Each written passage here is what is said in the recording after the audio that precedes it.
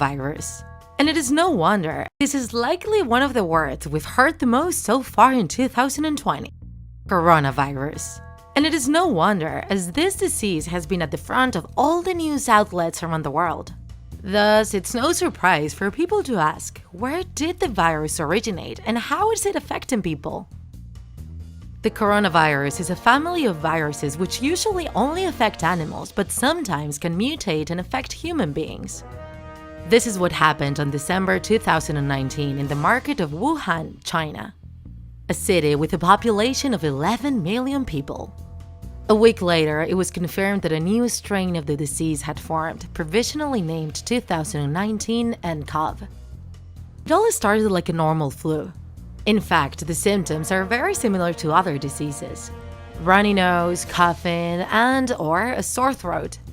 It is so similar to a common respiratory disease that without a full analysis, it's practically impossible to distinguish it from a common cold. But then, the infected victims started to develop fevers and respiratory issues, such as pneumonia.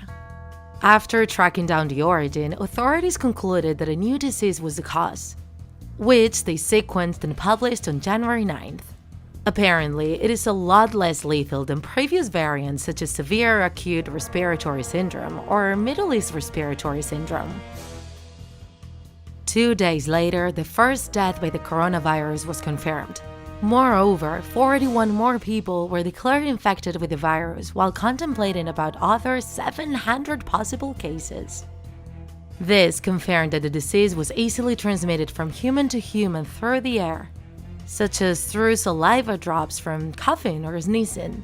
The infections started to multiply and the coronavirus started to be treated as an international emergency. A few days passed, and the first infection cases were detected in other countries such as Japan, the United States, and France. In fact, it's possible that the virus has already spread to other places because of how easy it can spread among airplane passengers. So, should we worry? The answer is, of course. At the end of the day, this is a disease, but we shouldn't fall into alarmism either.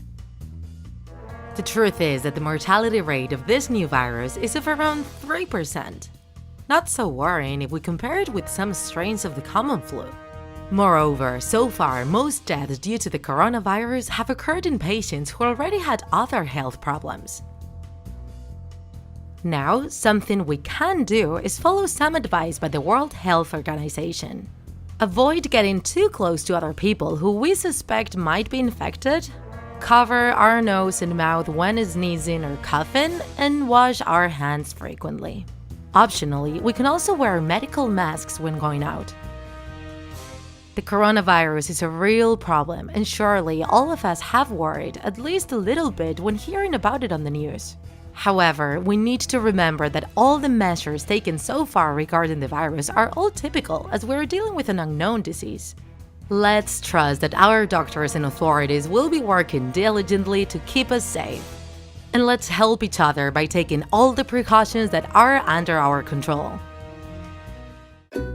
If you enjoyed this video, don't forget to like it, and if you want to see